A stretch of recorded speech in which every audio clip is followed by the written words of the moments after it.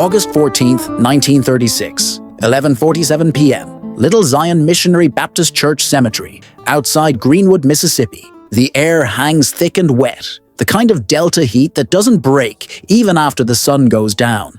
Mosquitoes drone in the darkness, their pitch rising and falling like a distant choir. The moon, 3 days past full, casts long shadows through the twisted branches of oak trees that have stood sentinel over this burial ground for generations.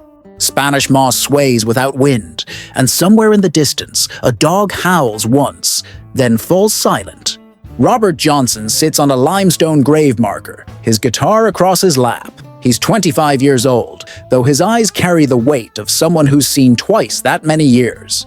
His hands, long-fingered and scarred from cotton picking and guitar strings, rest on the worn wood of his instrument. The guitar is a Gibson L1, borrowed from a man in Robinsonville who said Robert could keep it if he ever learned to play worth a damn. That was 18 months ago. Tonight, Robert Johnson plays like the devil himself taught him the chords. He hasn't moved in 20 minutes, just sitting there in the graveyard, in the middle of the night, waiting for something, or maybe waiting for nothing. Maybe just needing the company of the dead because the living don't understand what burns inside him. A match flares in the darkness. The sulfur smell cuts through the heavy air. Robert lights a hand-rolled cigarette, and in that brief moment of illumination, his face is visible. High cheekbones, thin lips pressed together in concentration, eyes that seem to look past the present moment into something deeper and darker. The match goes out, darkness returns, and then, without warning, his fingers begin to move across the strings. The sound that emerges isn't like anything the Delta has heard before. It's not the simple three-chord blues of the juke joints. It's not the field hollers of the cotton plantations. It's something else entirely. Something that seems to come from beneath the earth itself, from the bones that rest 6 feet under the very spot where Robert sits. His left hand finds positions on the fretboard that seem impossible. His right hand picks and strums in patterns that contradict themselves, creating rhythms that shouldn't work but somehow do. The guitar sounds like 2 instruments, sometimes 3. A bass line rumbles low, while melody notes ring clear and high, and somewhere in between, chords pulse like a heartbeat. He plays a song called Hellhound on My Trail. Though he hasn't written it yet, won't write it for another 2 years. But the feeling is there, the core of it, the desperate running that defines every moment of his short life. The music carries across the cemetery. It slides between headstones and wraps around crypts. It seeps into the ground and rises up again, changed, darker, more insistent. The dead, if they can hear, are listening. Robert's eyes are closed now. His head tilts back slightly, mouth open, though no words come out yet. Just the guitar, speaking a language older than English, older than Mississippi, older than America itself. Then he begins to sing. His voice is high and raw, cutting through the humid air like a knife. There's pain in it, and longing, and something that might be fear, or might be ecstasy. It's hard to tell the difference. Behind him, unseen in the darkness, something shifts. A shadow that wasn't there before. Or maybe it was always there, and only now does it choose to be noticed. Robert doesn't open his eyes. His fingers never stop moving, but a slight smile crosses his face, as if he's been expecting this. As if this is exactly why he came here tonight. The shadow moves closer, takes form, becomes almost solid, almost human, almost. This is how legends begin, in graveyards at midnight, when the living dare to play music for the dead, and the dead decide to play back. But to understand how Robert Johnson ended up sitting on a grave marker at midnight, playing guitar, like his life depends on it, we need to go back to before he could play at all. Back to when he was just a skinny kid with clumsy fingers and a burning need to make music that nobody believed he'd ever satisfy. Back to Robinsonville, Mississippi, 1933, 3 years earlier. The juke joint on the edge of town is called the Three Forks Store, though everyone just calls it Sunhouse's Place, because that's where Sunhouse plays every Saturday night. The building is more shack than store, weathered wood and a tin roof that leaks when it rains. Inside, the air is thick with cigarette smoke and corn whiskey fumes. Bodies pressed together in the heat, swaying to the music. Sunhouse sits on a wooden chair in the corner, his steel guitar across his lap. He's 31 years old and plays with a violence that makes people step back. His slide technique is brutal, crying and moaning up the neck of the guitar. When he sings, it sounds like he's testifying in church and cursing God at the same time. Next to him, Willie Brown plays second guitar, filling in the spaces Sunhouse leaves open. Willie is smaller, quieter, but his fingers are quick and sure. Together, they create a sound that makes people forget their troubles for a while, makes them dance and drink and laugh and fight and love. In the back of the room, pressed against the wall, Robert Johnson watches. He's 22 years old and doesn't look like much. Thin as a rail, wearing clothes that don't quite fit. He's holding a guitar, but nobody's asking him to play. They learned better than that months ago, because Robert Johnson, at this point in his life, cannot play guitar worth a damn. He tries. God knows he tries. He practices until his fingers bleed. He watches Sunhouse and Willie Brown for hours, studying every move. He pesters them with questions until they tell him to shut up and let them drink in peace. He knows all the chord shapes. He understands the theory. But when he puts it together, when he actually tries to play, it comes out wrong, clumsy, off time. Painful to hear. Sunhouse has told him more than once to put the guitar down and learn harmonica instead. Willie Brown just laughs and shakes his head. The other musicians in the Delta blues scene treat Robert like a joke, a kid who wants something he'll never have. But Robert keeps coming back, keeps trying, keeps believing that somehow, some way, he'll figure it out. Tonight is no different. He watches Sunhouse's hands, trying to understand how they move so fast, how they find the right notes without looking. He watches Willie Brown's rhythm, the way that he locks in with the beat and never wavers. He absorbs everything, storing it away, hoping that if he just watches enough, practices enough, wants it enough, the music will finally make sense. The song ends. People clap and holler. Someone passes Sunhouse a jar of whiskey. He takes a long drink and wipes his mouth with the back of his hand. Robert sees his chance. He pushes through the crowd, guitar held awkwardly in front of him. Sunhouse sees him coming and his expression changes. The joy of performing drains away, replaced by annoyance. "No," Sunhouse says before Robert can speak. "Not tonight, little Robert.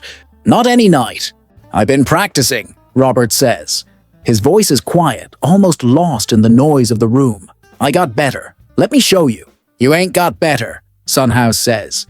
"You just got more persistent. There's a difference." Willie Brown chuckles and reaches for the whiskey jar. A few people in the crowd snicker. They've seen this scene play out before. Robert begging for a chance. Sunhouse refusing. Robert slinking away, humiliated but not defeated. But tonight, something is different. There's a hardness in Robert's eyes that wasn't there before, a determination that borders on desperation. "Just one song," Robert says. "That's all I'm asking. One song." Sunhouse studies him for a long moment, then he sighs and gestures to the chair he's just vacated. "One song," he says. "Then you leave me alone about it. Deal?" Robert nods quickly and sits down. His hands are shaking as he positions the guitar. He can feel every eye in the room on him.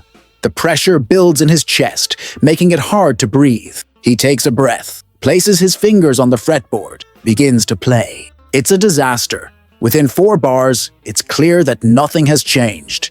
His timing is off. His chord changes are sloppy. His right hand can't maintain a steady rhythm. The notes clash against each other in ways that make people wince. Someone in the crowd laughs. Then another. Soon, half the room is laughing, not cruelly, but with the kind of bewildered amusement people show when they witness something so bad it becomes entertaining. Robert keeps playing, his face burning with shame. He makes it through one verse before Sunhouse stands up and puts a hand on his shoulder. "That's enough, little Robert." Robert's hands go still. He sits there for a moment, staring at nothing, feeling the weight of his failure pressing down on him. "You got to face facts," Sunhouse says, not unkindly. "Some people got it, and some people don't. Ain't no shame in that. You could learn harmonica. You could learn to sing better. But guitar," he shakes his head, "that ain't your instrument, son." Robert stands slowly, He doesn't look at anyone, doesn't acknowledge the laughter or the pitying looks. He just walks toward the door, guitar hanging from one hand. Willie Brown calls after him, "Little Robert, don't take it so hard. We all got our—" But Robert is already gone, pushing through the door into the night. The laughter follows him outside, mixing with the chirp of crickets and the distant sound of the Mississippi River moving slow and dark through the delta. He walks for a long time, no destination in mind, just walking, trying to outpace the humiliation that burns in his chest. The guitar bangs against his leg with every step, a reminder of his inadequacy. Eventually, he finds himself at the crossroads where Highway 49 meets Highway 61, 4 directions stretching into darkness. A lonely place, especially at night. The kind of place where, according to Delta legend, you can make deals with forces that have no business dealing with humans. Robert has heard the stories. Everyone in the Delta has. About how Papa Legba stands at crossroads, keeper of the gateway between worlds. About how if you're desperate enough, willing enough, you can call him forth and trade your soul for your heart's desire. Robert never believed those stories. Thought they were just superstition, old African folklore mixed with Christian fear and Delta darkness. But standing there at midnight, holding a guitar he can't play, burning with a need he can't satisfy, he finds himself wondering, what if the stories are true? What if there really is a way to bypass all the practice and struggle and failure? What if he could just become what he needs to be, instantly, completely, no matter the cost? He stands at the center of the crossroads for a long time, thinking, deciding. Then he turns around and walks home. Not tonight. He's not that desperate yet. Not quite. But the seed is planted. The idea takes root.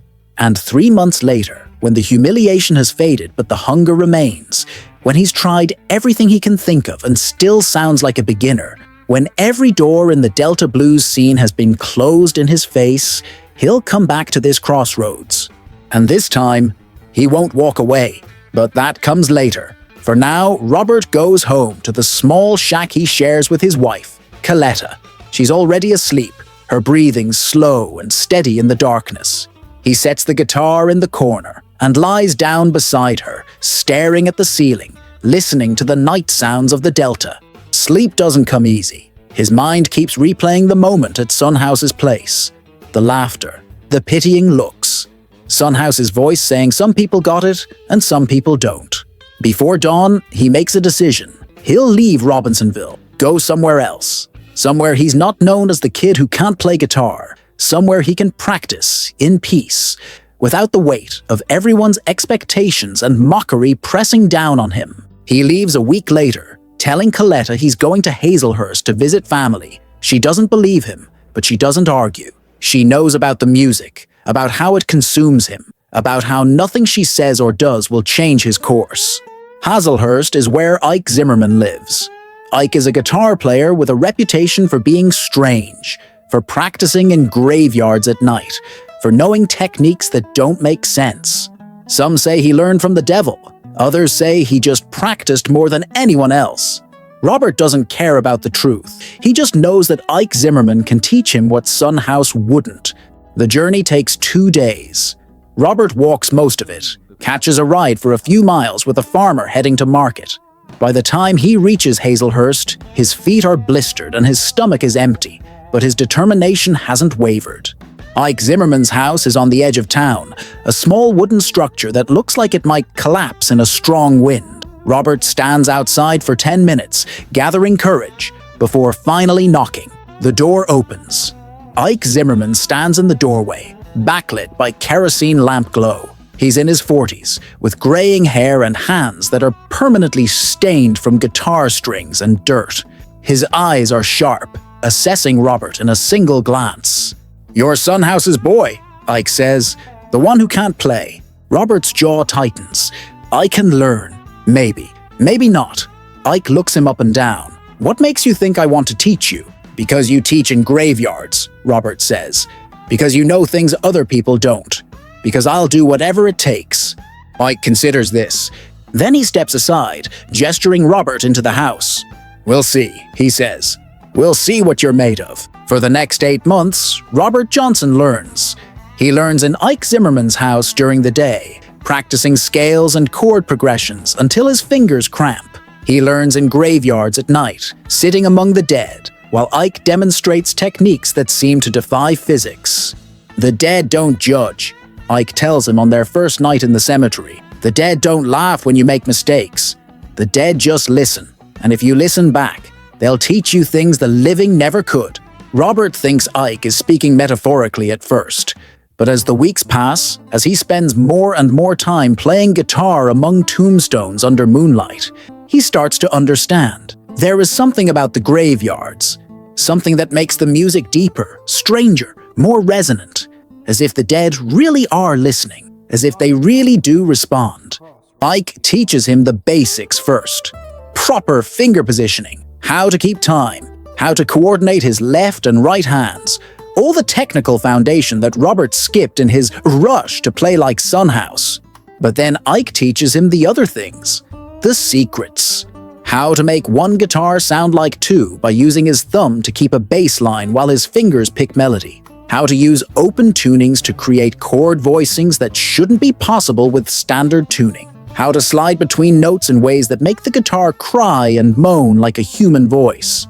And more than that, Ike teaches him about feeling, about channeling emotion into music, about how every note should mean something, should carry weight and purpose.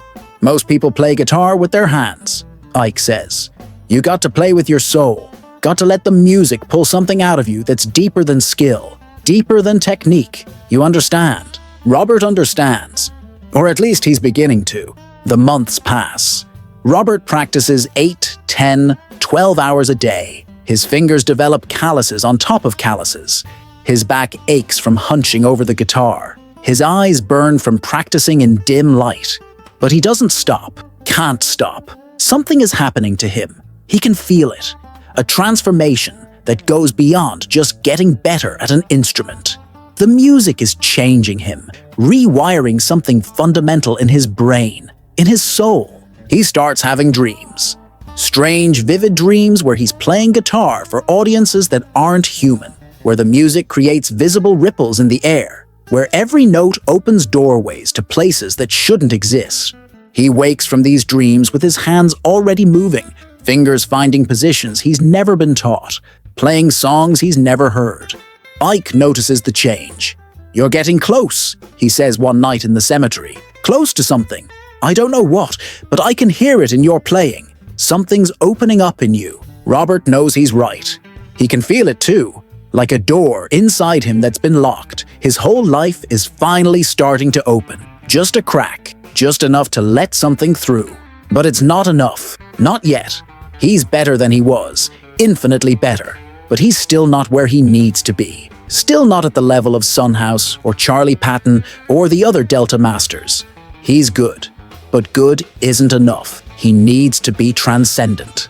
And so, one night in March of 1934, Robert tells Ike he's going back to the Crossroads, going to finish what he started months ago. Ike doesn't try to stop him, just looks at him with those sharp eyes and nods slowly. "You know what you're doing?" "No," Robert says honestly, "but I gotta do it anyway." "Then go," Ike says, "and when you come back, if you come back, you play me what you learned." Robert walks through the night, retracing his steps from months before. The journey takes longer this time, because he's going on foot the whole way, but he doesn't mind. He needs the time to think, to prepare himself for what he's about to do. By the time he reaches the crossroads where Highway 49 meets Highway 61, it's past midnight. The moon is new, just a sliver in the sky, providing almost no light. The darkness is complete, oppressive, alive with possibility. Robert stands at the center of the crossroads. He takes his guitar from his back and holds it in front of him like a shield or an offering. Then he begins to play. The song that emerges is everything Ike taught him and more. All the technique, all the feeling, all the soul he can muster. He plays for the darkness, for the invisible forces that might or might not be listening. He plays like his life depends on it, because maybe it does. For a long time, nothing happens. Just Robert and his guitar. And the night. Minutes pass. 10 minutes. 20. His fingers start to hurt. His arms ache, but he keeps playing, pouring everything he has into the music. And then, between one note and the next, something changes. The air grows colder. The darkness becomes thicker, more substantial. Robert can feel a presence. Something vast and ancient, turning its attention toward him. He doesn't stop playing, doesn't open his eyes. He just keeps his focus on the music, on maintaining the flow of notes, even as fear crawls up his spine. A voice speaks. It doesn't come from any particular direction. It seems to come from everywhere and nowhere, from inside Robert's own head and from miles away at the same time. "You want to play?" the voice says. It's not a question. Robert's fingers stumble on the strings. He forces himself to keep going, to not break the rhythm. "Yes," he says. "You want to play better than anyone, better than Son House, better than Charlie Patton, better than anyone who ever lived. Yes. And what will you give me for this gift?" Robert's hands go still. This is the moment. This is where he decides who he'll be for the rest of his life, however long that life might last. He thinks of Coletta, waiting for him back in Robinsonville. He thinks of the children he might have someday. He thinks of growing old, of dying surrounded by family. He thinks of all the normal, human things he's supposed to want. Then he thinks of the music, the way it feels when he plays, and everything falls away except the sound. The way it connects him to something larger than himself. The way it makes him feel alive in a way nothing else does. There's no choice. There never was. "Whatever you want," Robert says. "Take whatever you want." The presence moves closer. Robert can feel it now, like a weight pressing against him from all sides. Something touches his hands, his guitar, his throat. It's cold, so cold it burns. The pain makes him gasp. Then the presence withdraws. The coldness fades. The darkness returns to normal darkness. Robert stands alone at the crossroads, shaking, his guitar clutched against his chest. He doesn't know if what just happened was real, or if he imagined it. Doesn't know if he just made a deal with something beyond human understanding, or if he just had a conversation with his own desperate mind. But when he raises the guitar and places his fingers on the strings, when he begins to play again, he knows immediately that something has changed. His hands move with a fluidity they never had before. His fingers find positions that were impossible yesterday. The music that emerges is like nothing he's played before. It's like nothing anyone has played before. It's not just good, it's supernatural. It's the kind of playing that makes people stop whatever they're doing and listen. The kind of playing that crawls into your chest and squeezes your heart. The kind of playing that people will still be trying to figure out 90 years later. Robert plays through the night at the crossroads, learning what his hands can now do. He plays until dawn breaks over the delta, painting the sky pink and gold. Then he starts the long walk back to Robinsonville to show Son House and Willie Brown and everyone who laughed at him what he's become. The transformation is complete. Robert Johnson, the kid who couldn't play guitar worth a damn, is gone. In his place stands Robert Johnson the bluesman, the legend, the man who will record 29 songs in his short life and change music forever. But the price has been paid. The deal has been made. And though Robert doesn't know it yet, he's just traded his future for his present. He's got maybe 4 years left. 4 years to play, to record, to burn bright before the darkness comes to collect. But we're getting ahead of ourselves. We're still in 1934, and Robert Johnson is walking back to Robinsonville with a guitar that now obeys his every command, with hands that can do things no human hands should be able to do. When he walks into the Three Forks store on Saturday night, Son House is already playing. The same crowd as always, the same smoke and whiskey and bodies pressed together in the heat. Robert doesn't say anything, just walks up to Son House during a break between songs and stands there, guitar in hand. Son House looks up, ready to tell him no, not again. Please God, not again. But something in Robert's expression stops him. Something has changed. The desperate hunger is still there, but now it's mixed with something else. Confidence, certainty, knowledge. "Little Robert," Son House says slowly, "where you been?" "Learning," Robert says. "Can I play you something?" Willie Brown snorts. "This gonna be good. Go ahead, Robert. Show us what you learned." Robert sits down, positions the guitar, takes a breath. Then his hands begin to move. The first notes silence the room immediately. By the fourth bar, people have stopped talking entirely. By the end of the first verse, Sunhouse and Willie Brown are staring at Robert like they're seeing a ghost. Because this can't be the same kid who played like a beginner 8 months ago. This is playing on a completely different level. This is playing that shouldn't be possible. Robert plays for 5 minutes straight. When he finishes, the room is silent. No one moves. No one speaks. They're all trying to process what they just heard. Finally, Sunhouse breaks the silence. "How?" he asks.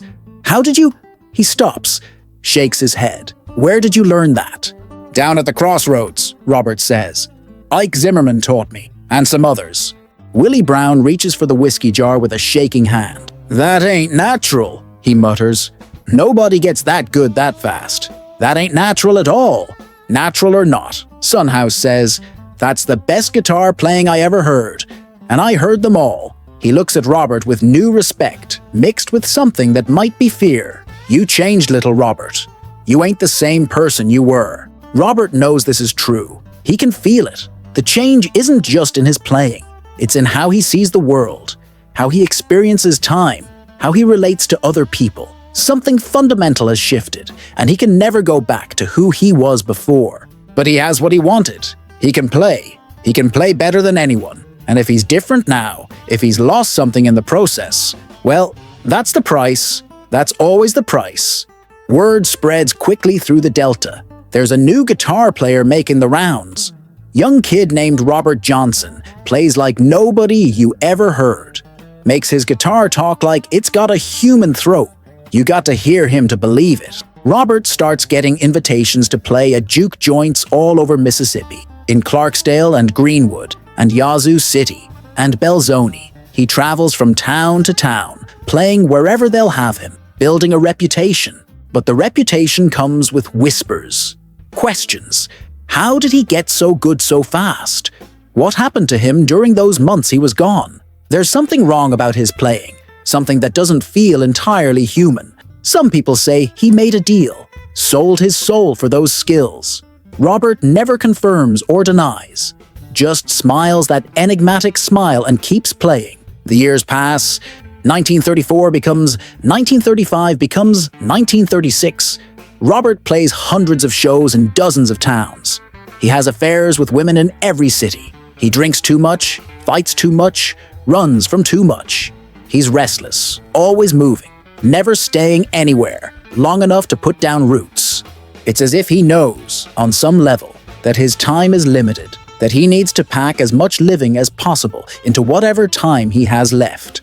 And the music keeps getting better, darker, stranger. He writes songs that seem to channel something from beyond the veil. Hellhound on My Trail, Crossroad Blues, Me and the Devil Blues. Songs about running from something he can never escape. Songs about deals and devils and darkness coming due. People who hear him play say they feel something beyond music. They feel their souls stirring, feel something ancient and powerful moving through the sound. Some people can't listen to him for long. It makes them uncomfortable, makes them feel like they're in the presence of something forbidden. But Robert doesn't stop, can't stop. The music possesses him now as much as he possesses the music. Which brings us back to August 14th, 1936. The cemetery outside Greenwood. Robert Johnson sitting on a grave marker at midnight, playing for an audience of the dead. He comes here once a month now. It's become a ritual, a way of checking in with whatever gave him his gift, or maybe a way of preparing for what he knows is coming. Because Robert has started to feel it, the weight of the deal, the presence that watches him from shadows, the sense that something is following him, getting closer every day. He plays Hellhound, On My Trail, and the song is no longer metaphorical. There really is something on his trail, something patient and relentless and inevitable. The shadow behind him solidifies further, takes shape, becomes almost visible, almost tangible. Robert's eyes are still closed, but he knows it's there, can feel its cold regard, its waiting hunger. Not yet. He whispers between verses, "Not yet. Let me play a little longer." The shadow doesn't respond, just watches, just waits. Robert plays through the night, song after song, all the ones he's written, all the ones he's learning, all the ones that exist in his head but haven't been recorded yet. He plays like he's giving a concert for death itself, and maybe he is. As dawn approaches, as the sky begins to lighten from black to deep blue to gray, the shadow finally fades, releases him for now. Robert stops playing. His fingers are numb. His voice is hoarse. He's exhausted in a way that sleep won't fix. But he's still here, still alive, still able to play. He stands slowly, stretching cramped muscles. The cemetery looks different in the pre-dawn light.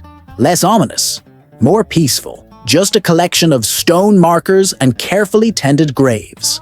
The dead are just dead, not an audience anymore. Robert walks out of the cemetery, guitar slung over his shoulder. He has 2 more years to live, though he doesn't know it yet. 2 more years to play, and record, and love, and run. 2 more years before the darkness catches up with him for real. But for now, in this moment, walking out of the graveyard as the sun rises over the Mississippi Delta, he's alive, he's young, and he can play guitar like no one else on earth. That's enough. It has to be enough. He heads back toward Greenwood, toward the boarding house where he's been staying, toward breakfast and rest and maybe a few hours of sleep before he has to play again tonight at a joint on the other side of town. The people he passes on the road stare at him, a young black man with a guitar, walking alone in the early morning.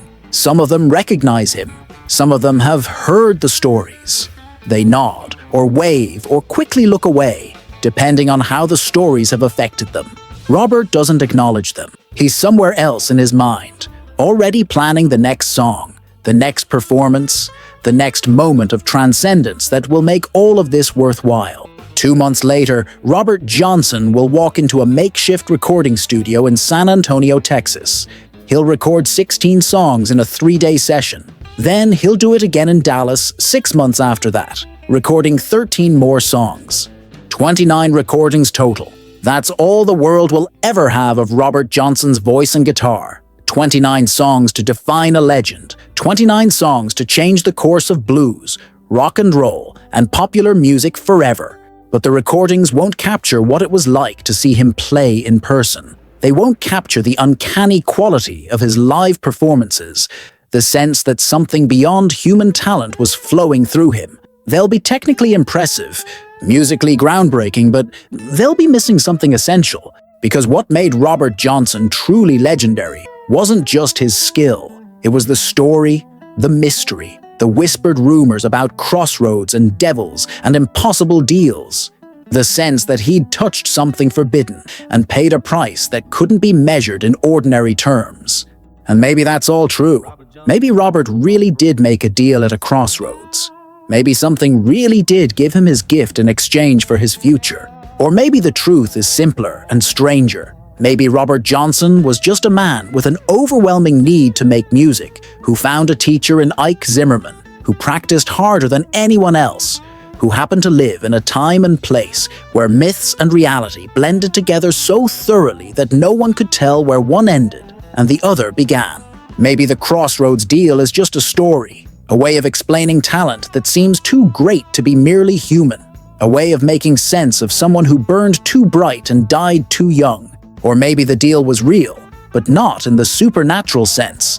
Maybe the deal Robert made was with himself. Maybe he traded the possibility of a normal life, of safety and longevity and conventional happiness, for the chance to be absolutely excellent at one thing. Maybe that's the real devil's bargain, choosing art over life, music over love, transcendence over survival. The truth, like most truths, is probably somewhere in between. A mix of talent and practice and myth and choice and circumstances beyond anyone's control. But Robert Johnson never explained himself, never told anyone exactly what happened during those missing months, during those midnight sessions in cemeteries, during that night at the crossroads. He just played his guitar and sang his songs and let people believe whatever they needed to believe. That's part of the legend too. The silence. the mystery, the sense that Robert Johnson knew something the rest of us don't, and he took that knowledge to his grave, which came sooner than anyone expected. August 16th, 1938, 2 years and 2 days after that night in the cemetery outside Greenwood. Robert Johnson is playing at a juke joint near Greenwood, Mississippi, not far from where he sat on that grave marker, playing for the dead. He's been playing all night. The crowd loves him. Women flirt with him. Men buy him drinks. He's at the height of his fame, such as fame exists in the Delta blues scene of the 1930s. He's 27 years old and feels invincible. Someone hands him a bottle of whiskey. He drinks. Doesn't notice the bitter taste beneath the alcohol. Doesn't realize that the bottle has been poisoned. That a jealous husband has finally decided to do something about Robert's attention to his wife. Within hours, Robert is sick. Within days, he's dying. The poison destroys his internal organs. There's nothing the local doctors can do, even if they were inclined to help a poor black musician, which they aren't. Robert Johnson dies on August 16, 1938, in the small town of Greenwood, Mississippi. The official cause of death is listed as syphilis, but everyone who was there knows it was poison, knows it was murder. But maybe it was something else too. Maybe it was the deal, finally coming due. Maybe the darkness that had been chasing him for 4 years finally caught up. Maybe his time, the time he'd traded his soul for, simply ran out. We'll never know for sure. We can only know what happened, not why it happened in the way it did. Robert Johnson is buried in an unmarked grave, location disputed to this day. 3 different churches claim to have his body. None of them can prove it. Even in death, he remains a mystery. His 29 recordings are forgotten for years. They were commercial failures when first